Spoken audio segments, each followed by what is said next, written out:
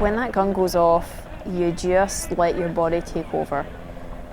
You run as hard as you can, and generally for me, I'm so excited I fall flat on my face and do a big belly flop when it's a water start.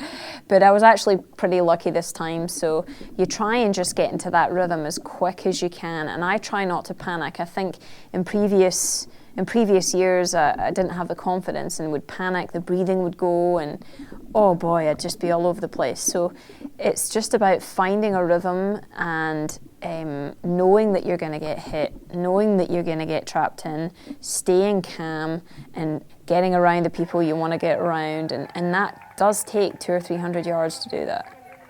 I came out of the water, I'd had a great swim. I was really pleased at that. And I started running up the hill and I thought, ooh, wow, the legs feel heavy already and I've not even got on the bike. I kind of had thought going into the race that my body was a little bit tired and feeling a bit flat.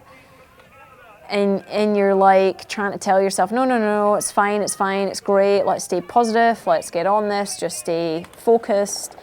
So, I mean, I'd say we hit the top ridge and I could still see Barb, and then I was getting splits that I think it was Nikki she was still 3 minutes ahead, and I'm thinking, okay, we're almost, halfway through the bike, not quite, and she's still 3 minutes. That's not a good sign. Plus, I'm not starting to feel any better. So I think at that point, I felt like, oh man, I don't know if this is going to be my day. When I rolled into transition, it was, I was like, how am I even going to make it round this run? The girls were quite far ahead. I think maybe Barb had a minute on me and Flora had 2 minutes or a minute and a half, and then Nikki had 4:15, something like that. So, I mean, I was pretty realistic. I didn't sort of think, oh, hey, I can go out and win this, but I just thought, I've just got to run hard, keep the rhythm. This is my journey. It doesn't matter about anyone else. Count that rhythm in the head. 1, 2, 1, 2, 1, 2. Keep it going.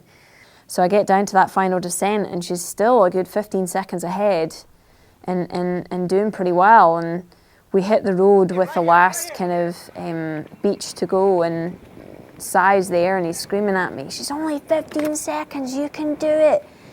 And my first thought was, you're kidding me, right? All I want to do is go and finish and have a glass of Coke. Now I'm going to have to sprint.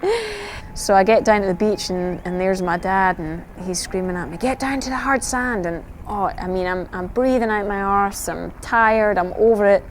And then I see her, and she's, Flora ahead of me, and she's really suffering. And I just think about keeping up that cadence, keep pushing forward, don't give up.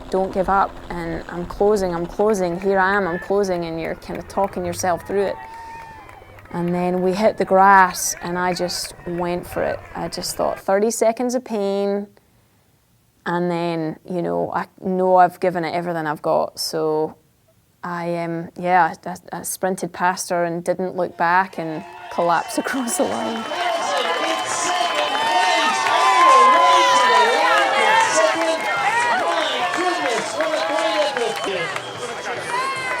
That is an incredible way to finish off a magnificent day for Lesley Paterson.